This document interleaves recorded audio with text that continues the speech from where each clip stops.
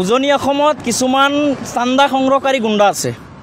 এইটো আপোনালোকে নিশ্চয় গম পায় যে এওঁলোকৰ যেতিয়াই পইচাৰ দৰকাৰ হয় এইসকলে উজনিত কেইজনমান আমাৰ সংখ্যালঘু শ্ৰমিকক অত্যাচাৰ চলাব, নিৰ্যাতন চলাব।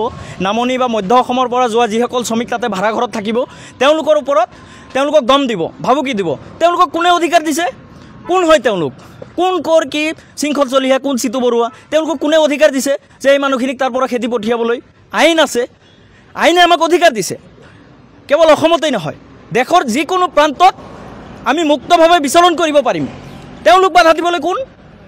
বিদেশী খেদাৰ দায়িত্ব তেওঁলোকক দিছে নেকি? এই যে মানুহখিনিক তাৰ পৰা পঠিয়াই দিয়া হৈ আছে, খেদি পঠিয়াই দিয়া হৈ আছে, ধমকি দিয়া হৈ আছে, মাৰপিট কৰা হৈ আছে, কোনে অধিকাৰ দিছে তেওঁলোকক? আইনে দিছে নেকি? সেই মানুহখিনি বিদেশী নেকি? সেই মানুহখিনিক যে সন্দেহযুক্ত বিদেশী সজোৱা হৈ আছে তেওঁলোকক কোনে অধিকাৰ দিলে?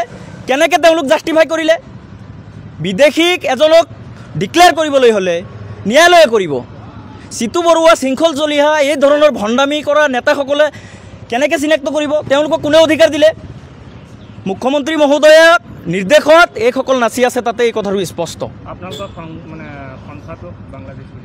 চাওক, যোৱাকালি আমাৰ সংখ্যালঘু সংগ্ৰাম পৰিষদৰ ফালৰ পৰা তেওঁলোকৰ ওপৰত এজাহাৰ দাখিল কৰা হৈছিলে, যিসকলে এই আমাৰ শ্ৰমিক বা আমাৰ মুছলমান মিয়া সম্প্ৰদায়ৰ একাংশ লোকক যিহেতু তেওঁলোকে অত্যাচাৰ কৰা ভিডিঅ'সমূহ অপেন মিডিয়াৰ আগত তেওঁলোকে ভাবুকি দি আছে। সেইকাৰণে আমি ইতিমধ্যে নগাঁও থানাত এজাহাৰ দাখিল কৰা হৈছে আমাৰ সংগঠনৰ পৰা। কিন্তু আমি পৰৱৰ্তী সময়ত দেখা পালোঁ জাতীয় সংগ্ৰামী সেনা নে কি তেওঁৰ নেতা চিতু বৰুৱাই আমাক সংখ্যালঘু সংগ্ৰাম পৰিষদক টাৰ্গেট কৰি যে এই সংগঠনটো বাংলাদেশী বুলি উল্লেখ কৰিছে। আমি তেখেতক সকীয়াই দিব বিচাৰোঁ, কোনজন বাংলাদেশী মানুহ চিতু বৰুৱাই নিৰ্ধাৰণ কৰি দিয়ক। কোনজন বাংলাদেশী মানুহ সংগ্ৰাম পৰিষদত আছে? তেওঁলোকৰ অধ্যয়ন নাই। এইসকল লোকৰ এই যিসকলে ক'লা চশমা পিন্ধি তাতে এই দম দি থাকে তেওঁলোকৰ কোনো অধ্যয়ন নাই, সংবিধানৰ জ্ঞান নাই তেওঁলোকৰ কোনো অসমৰ ভৌগোলিক পৰিসীমাৰ ওপৰত তেওঁলোকৰ কোনো জ্ঞানে নাই, নলেজে নাই। জ্ঞান নোহোৱাকৈ এই ধৰণৰ কথা বতৰাবিলাক কৈ আছে। তেওঁলোকক সকীয়াই দিছোঁ, এই ধৰণৰ কাৰবাৰ নকৰিব। অধ্যয়ন কৰক, হিষ্ট্ৰী বুৰঞ্জী অধ্যয়ন কৰক। এনেই মুছলমান হোৱাৰ কাৰণেই তাৰ পৰা যে অত্যাচাৰ চলাই খেদি দিব, আপোনালোকে অধ্যয়ন কৰক প্ৰথমতে। এই কাম নকৰিব, আপোনালোকক সকীয়াই দিছোঁ। উজনিৰ যিসকলে অভদ্ৰামি কৰে অসমখনক সদায় তেওঁলোকে বিচাৰি আছে যে এটা অস্থিৰ পৰিৱেশ সৃষ্টি কৰাৰ কাৰণে, সাম্প্ৰদায়িক সংঘৰ্ষ সৃষ্টি কৰাৰ কাৰণে।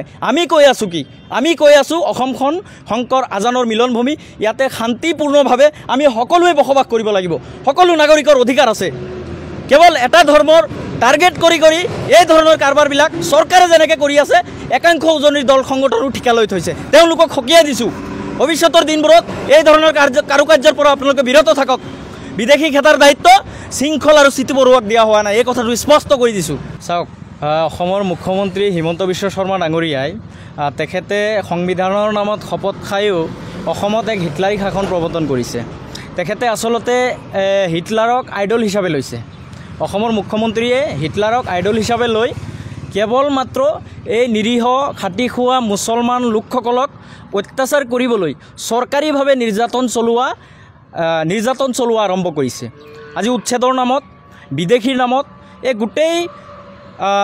গোটেই সমগ্ৰ বিষয়বোৰ সম্পূৰ্ণভাৱে হিটলাৰক অনুকৰণ কৰি তেওঁ এই মুছলমান লোকসকলক টাৰ্গেট কৰি উচ্ছেদ আৰম্ভ কৰিছে। সমগ্ৰ অসমতেই আজি অমানৱীয় কায়দাৰে তেখেতে উচ্ছেদৰ নামত মুছলমান লোকসকলক নিৰ্যাতন কৰা আৰম্ভ কৰিছে। আৰু ইয়াতে এটা বিষয় দেখিব যে উচ্ছেদ আৰু বিদেশীৰ যিটো সমস্যা, দুয়োটাই পৃথক সমস্যা। কিন্তু বৰ্তমান সময়ত আমি দেখা পাইছোঁ যে অসমৰ মুখ্যমন্ত্ৰী হিমন্ত বিশ্ব শৰ্মা ডাঙৰীয়াই এই উচ্ছেদ আৰু বিদেশীক একাকাৰ কৰিছে, এই দুয়োটা সমস্যাক এক কৰিছে। কিন্তু দুয়োটাই পৃথক সমস্যা। বিদেশী চিনাক্তকৰণৰ ক্ষেত্ৰত মহামান্য উচ্চতম ন্যায়ালয়ে বা উচ্চ ন্যায়ালয়ে যেনেধৰণৰ নিৰ্দেশনা দিয়া আছে যে আমাৰ কথা স্পষ্ট, 1971 চনৰ 25 মাৰ্চৰ পিছত হিন্দু মুছলিম যি অসমত প্ৰৱেশ কৰিছে তেওঁ বিদেশী, তেওঁ অসম ত্যাগ কৰিব লাগিব, এই কথাটো আমাৰ স্পষ্ট। কিন্তু ইয়াৰ পিছতো এই যে মানুহখিনিক উচ্ছেদ কৰা হৈ আছে, উচ্ছেদ কৰাৰ পিছত তেওঁলোকক অপবাদ দিয়া হৈ আছে সন্দেহযুক্ত, তেওঁলোকক অপবাদ দিয়া হৈছে বাংলাদেশী। আৰু মুখ্যমন্ত্ৰী ডাঙৰীয়াই নিজেও নিজৰ মুখৰেই সভা সমিতিত মিডিয়াৰ আগত তেখেতে বক্তব্য দি আছে যে বেদখলকাৰীৰ দুটা ভাগ আছে, এটা খিলঞ্জীয়া মানুহৰ বেদখল, আন এটা বাংলাভাষী বা বাংলাদেশী মূলৰ মুছলমানে কৰা বেদখল। যে ইয়াৰ পৰা স্পষ্ট অসমৰ মুখ্যমন্ত্ৰীয়ে কেৱল মাত্ৰ মুছলমানক টাৰ্গেট কৰি লৈছে। আজি বেদখল গোটেই অসমত গোটেই অসমত হিন্দু মুছলিম যোনেই কৰি আছে বেদখলমুক্ত কৰক, কোনো কথা নাই, কাৰো আপত্তি নাই। কিন্তু কেৱল বাছি বাছি মুছলমান লোকসকলক কিয় টাৰ্গেট কৰা হৈ আছে? আজি হিন্দু মানুহে যিসমূহ ভূমি বেদখল কৰি আছে, কিয় চৰকাৰৰ বুলডোজাৰ তাতে চলা নাই? হিমন্ত বিশ্ব শৰ্মাই কিয় বুলডোজাৰ চলাবলৈ সাহস কৰা নাই? কেৱল বাছি বাছি এই নিৰীহ মুছলমান লোকসকলক অত্যাচাৰ নিৰ্যাতন কৰাৰ কাৰণেই তেখেতে এই বুলডোজাৰ চলোৱা আৰম্ভ কৰিছে।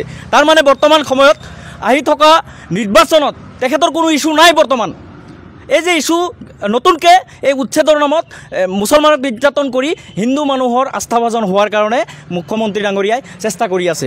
এই কাৰ্যক আমি ধিক্কাৰ জনাইছোঁ, গৰিহণা জনাইছোঁ। উচ্ছেদ অমানৱীয় কায়দাৰে যিমান উচ্ছেদ কৰিব, গোটেই উচ্ছেদৰে আমি এই ধৰণৰ উচ্ছেদ কৰা কাৰ্যক আমি বিৰোধিতা জনাম।